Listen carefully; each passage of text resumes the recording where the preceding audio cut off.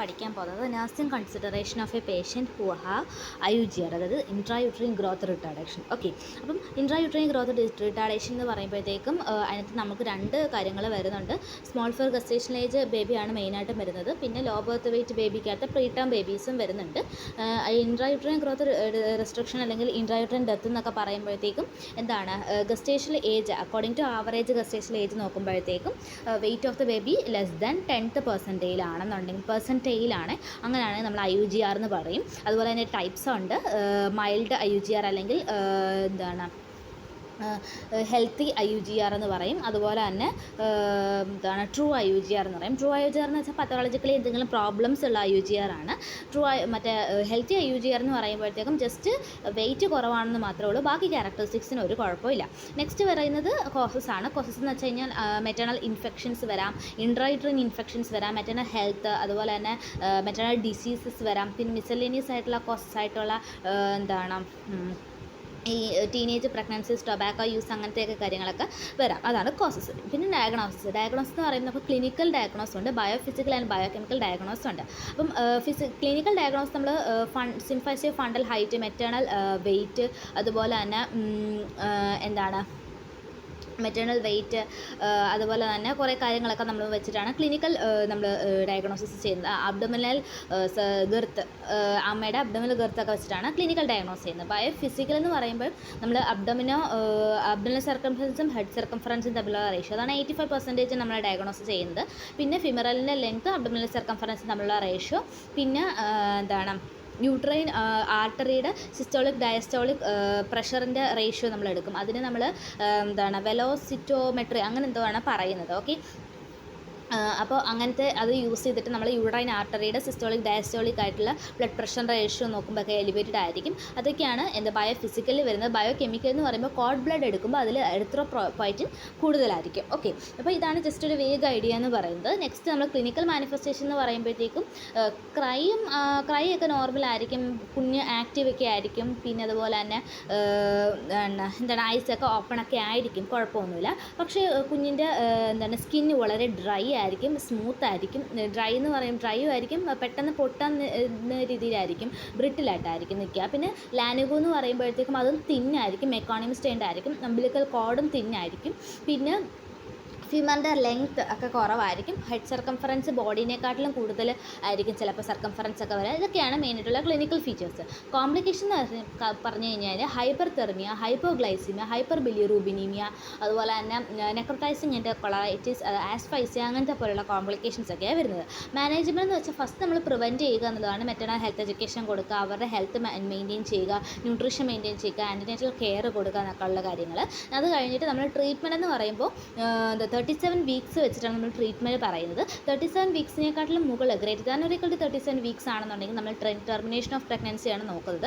ഇനി 37 വീക്സിനെക്കാട്ടിലും കുറവാണെന്നുണ്ടെങ്കിൽ നമ്മൾ IUGR mild ആണോ സിവിയർ ആണോ എന്ന് നോക്കുക. ഓക്കെ, മൈൽഡ് ആണ് എന്നുണ്ടെന്നുണ്ടെങ്കിൽ നമുക്ക് പ്രഗ്നൻസി കണ്ടിന്യൂ ചെയ്യുന്നിടത്തോളം നമ്മൾ കണ്ടിന്യൂ ചെയ്യുക, അല്ലെങ്കിൽ അതിന് ശേഷം നമ്മൾ ടെർമിനേഷൻ ഓഫ് പ്രഗ്നൻസി, പിന്നെ കുഞ്ഞിനെ ഫീറ്റൽ മോണിറ്ററിങ് ഒക്കെ നമ്മൾ ചെയ്യുക. ഓക്കെ, ഇനി സിവിയർ ആയിട്ടുള്ള IUGR ആണെന്നുണ്ടെങ്കിൽ നമ്മൾ റെഫർ ചെയ്യുക എന്നുള്ളതാണ്.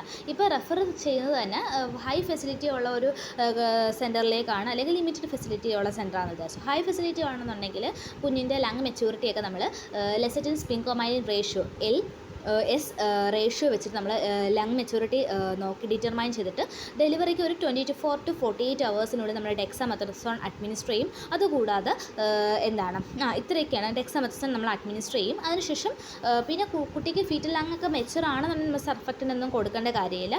എന്നിട്ട് നമ്മൾ പ്രഗ്നൻസി എന്ത് ചെയ്യുക, ടെർമിനേറ്റ് ചെയ്യുക.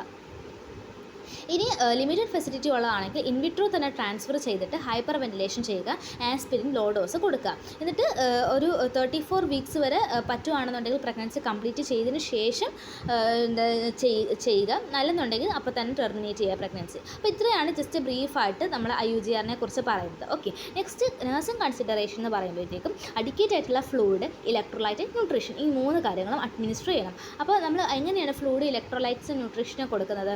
കുഞ്ഞിനെന്ന് പറയുമ്പോൾ ഹൈ കാലറി ആയിട്ടുള്ള ഫോമുല വേണം ഫീഡ് ചെയ്യാനായിട്ട്.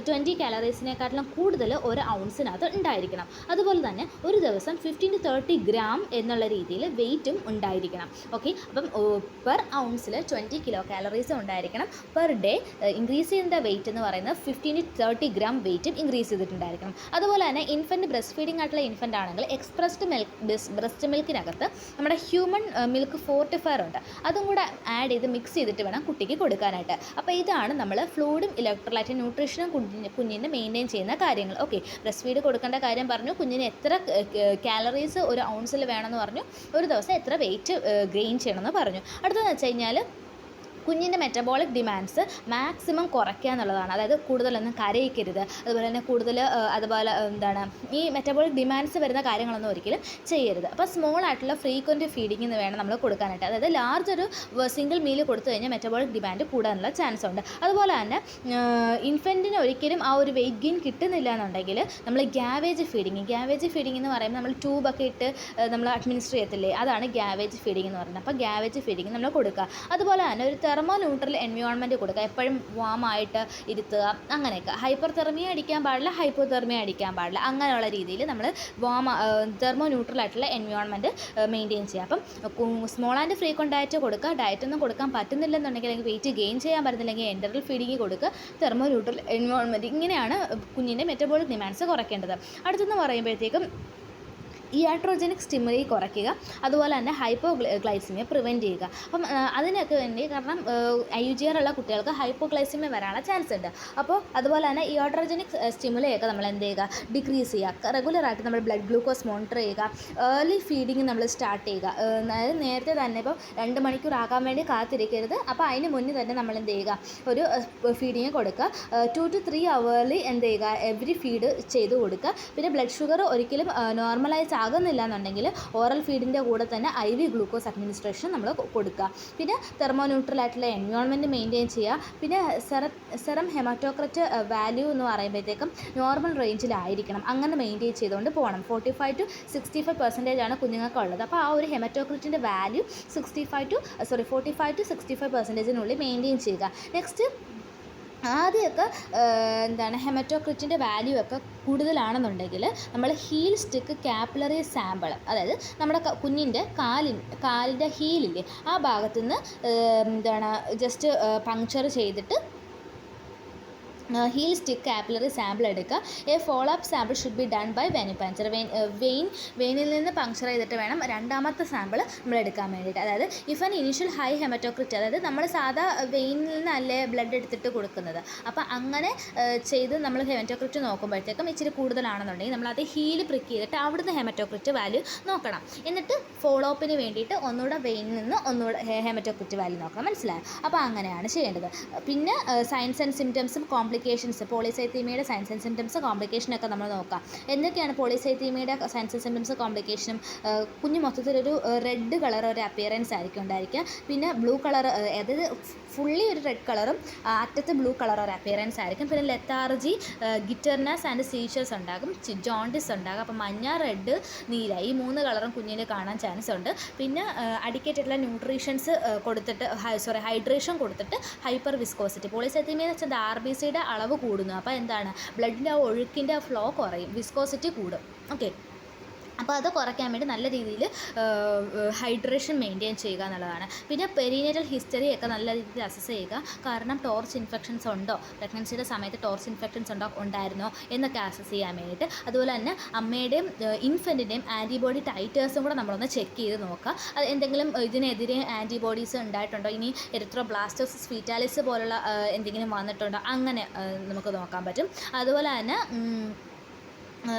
ഐസൊലേഷൻ പ്രിക്കോഷൻ, എന്തെങ്കിലും കൺജനീറ്റൽ ആയിട്ടുള്ള ഇൻഫെക്ഷൻസ് നമ്മൾ സസ്പെക്ട് ചെയ്യുന്നുണ്ടെങ്കിൽ ആ കുട്ടീനെ ഐസൊലേറ്റ് ചെയ്ത് നമ്മൾ മാറ്റി നിർത്തുക. ഓക്കെ, അതുപോലെ തന്നെ ഈ IUGR എന്നൊക്കെ ആണെന്ന് പറയുമ്പോഴത്തേക്കും പേഷ്യൻ്റ്, അതായത് മദറും ഫാമിലിയും ഒക്കെ നല്ല ഡെസ്പ് ആയിരിക്കും. അപ്പോൾ അവർക്ക് നമ്മൾ ഹെൽത്ത് എഡ്യൂക്കേഷനും പ്രോപ്പറായിട്ടുള്ള എഡ്യൂക്കേഷനും ഇമോഷണൽ സപ്പോർട്ടും കൊടുക്കുക എന്നുള്ളതാണ്. അതായത് IUGRൻ്റെ കോസസ് എന്തൊക്കെയാണ്, അപ്പോൾ ഇനി ഫർദർ പ്രഗ്നൻസീസ് അത് പ്രിവെൻറ്റ് ചെയ്യാൻ പറ്റും. പിന്നെ ഇൻഫൻറ്റിൻ്റെ പ്രൊഗ്നോസിസിനെ കുറിച്ച് എങ്ങനെയാണ് നമ്മൾ ട്രീറ്റ്മെൻറ്റിനോട് കുഞ്ഞ് റെസ്പോണ്ട് ചെയ്യുന്നുണ്ടോ, അത് ട്രീറ്റ്മെൻറ്റിലൂടെ മാറാൻ പറ്റുമോ, അങ്ങനത്തെ കാര്യങ്ങളൊക്കെ പറഞ്ഞു കൊടുക്കുക. അതുപോലെ തന്നെ ഇൻഫൻറ്റിൻ്റെ ഹൈ കാലറി ആയിട്ടുള്ള ഫീഡിങ് വേണം ബ്രസ്റ്റ് ഫീഡിങ് അല്ലെങ്കിൽ കൊടുക്കാനായിട്ട്. അതെങ്ങനെയാണ് പ്രിപ്പയർ ചെയ്യുന്നതെന്നൊക്കെ പറഞ്ഞു കൊടുക്കുക. അതുപോലെ തന്നെ ഫോളോ അപ്പിൻ്റെ ഇമ്പോർട്ടൻസ് പറഞ്ഞു കൊടുക്കുക. അപ്പോൾ ജനറലി ഫ്ലൂയിഡ്, ഇലക്ട്രോലൈറ്റ്, കാലറി നമ്മൾ മെയിൻറ്റെയിൻ ചെയ്യുക. ഇനി കറക്റ്റായിട്ട് വെയിറ്റ് ഗെയിൻ ചെയ്തിട്ടില്ലെങ്കിൽ ആവശ്യത്തിനുള്ള ഫുഡ് ഫ്രീക്വൻ്റ് ആയിട്ട് കൊടുക്കുക, അല്ലെങ്കിൽ എൻ്ററൽ ഫീഡിങ് നമ്മൾ സ്റ്റാർട്ട് ചെയ്യുക. അപ്പം അത് മെറ്റബോളിക് ഡിമാൻഡ്സ് കുറയ്ക്കുക. അതാണ് ഒന്നാമത്. ഫ്ലൂയിഡ്, ഇലക്ട്രോലൈറ്റും ന്യൂട്രീഷൻ നമ്മൾ മെയിൻറ്റെയിൻ ചെയ്തു, മെറ്റബോളിക് ഡിമാൻഡ്സ് ഒക്കെ കുറച്ചു, പിന്നെ തെർമോ ന്യൂട്രൽ ആയിട്ടുള്ള എൻവയോൺമെൻറ്റ് നമ്മൾ മെയിൻറ്റെയിൻ ചെയ്തു, പിന്നെ ഇയാട്രോജനിക് സ്റ്റിമുലയൊക്കെ കുറച്ചിട്ട് ആ ഒരു ഹൈപ്പോഗ്ലൈസിമിയ എന്നുള്ളൊരു അവസ്ഥയിൽ നിന്ന് പ്രിവെൻറ്റ് ചെയ്യുക. പിന്നെ പോളിസെത്തീമിയയുടെ സയൻസ് ആൻഡ് സിംറ്റംസ്, കോംപ്ലിക്കേഷൻ നമ്മൾ എപ്പോഴും മോണിറ്റർ ചെയ്തുകൊണ്ടിരിക്കുക. പിന്നെ സെറം ഹെമറ്റോക്രിറ്റ് വാല്യൂ അത് നമ്മൾ നോർമൽ റേഞ്ചിൽ തന്നെ മെയിൻറ്റെയിൻ ചെയ്യുക. അപ്പം ഇനിഷ്യലി ഹൈ ആയിട്ട് തോന്നുകയാണെങ്കിൽ നമ്മൾ ഹീൽ പ്രിക്ക് ചെയ്യുക എന്നൊക്കെ ഉള്ള കാര്യങ്ങൾ. പിന്നെ അഡിക്കേറ്റ് ആയിട്ടുള്ള പിന്നെ നമ്മൾ പെരിനേറ്റൽ ഹിസ്റ്ററി, അമ്മയുടെ പെരിനേറ്റൽ ഹിസ്റ്ററി നമ്മൾ അസസ് ചെയ്യുക. പിന്നെ കുഞ്ഞിന് ടോർച്ച് ഇൻഫെക്ഷൻസ് എന്തെങ്കിലും പ്രഗ്നൻസിയുടെ സമയത്ത് ഉണ്ടാകുന്ന നോക്കുക. പിന്നെ അമ്മയുടെയും കുഞ്ഞിൻ്റെയും ആൻറ്റിബോഡി ടൈറ്റർ നമ്മൾ ചെക്ക് ചെയ്യുക. എന്നിട്ട് എന്തെങ്കിലും കൺജനിറ്റൽ ഇൻഫെക്ഷൻസ് ഉണ്ടെങ്കിൽ അതിന് നമ്മൾ ഐസൊലേഷൻ ചെയ്യുക. പിന്നെ ഡെസ്പായിരിക്കും, അപ്പോൾ അവർക്ക് ഇമോഷണൽ സപ്പോർട്ടും കറക്റ്റായിട്ടുള്ള എഡ്യൂക്കേഷനും കൊടുക്കുക.